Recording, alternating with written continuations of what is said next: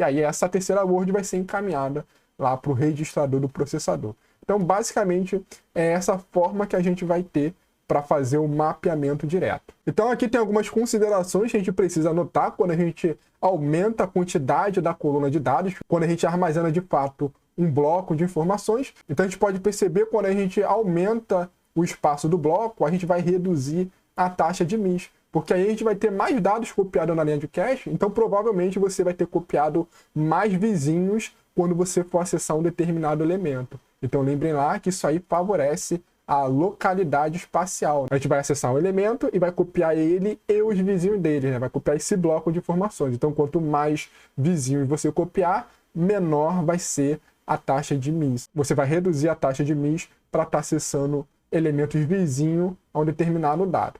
Mas quando a gente tem uma cache de tamanho fixo, a gente tem também algumas desvantagens quando o bloco é muito grande. Então, se a gente tiver um bloco muito grande, isso vai diminuir a quantidade de linhas de cache. Então, por exemplo, considere uma cache com 128 bytes. Então, se o tamanho do bloco for 64 bytes, a gente vai ter somente 2 linhas de cache, onde cada uma dessas linhas vai ter 64 bytes. Agora, se o tamanho do bloco for 32 bytes, então a gente vai ter nessa situação 4 linhas de cache. Então perceba, né, que aumentando o tamanho do bloco, você diminui a quantidade de linhas de cache, e aí você tendo menos linha, você vai encher a cache mais vezes. E aí se você encher a cache, você vai ter que executar aquele algoritmo de substituição, vai acontecer mais cache misses. E aí acaba que esse benefício de reduzir a taxa de miss não vai adiantar. Ou seja, você vai acabar aumentando a quantidade de miss.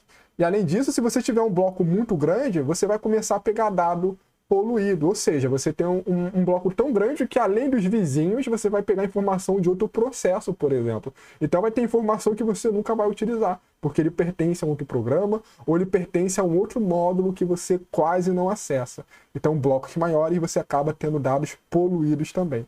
Então existe aí uma troca de custo-benefício em relação ao tamanho do bloco e a quantidade de linhas de cache. E também, se você tiver blocos maiores, isso também vai aumentar a penalidade por miss. Penalidade por miss é o tempo que você gasta para copiar um dado na memória mais lenta para a memória mais rápida. Então, se você tiver um miss, você vai ter esse tempo de copiar mais informações na memória principal para dentro da cache. Então, se você tiver mais linhas, né, mais dados, são mais dados que você vai copiar. Isso aí vai aumentar o tempo dessa transferência, vai aumentar a penalidade por miss. E aí a gente tem algumas otimizações que a gente pode fazer para tentar reduzir isso, e seria utilizar uma técnica de reinício antecipado e palavra crítica primeiro.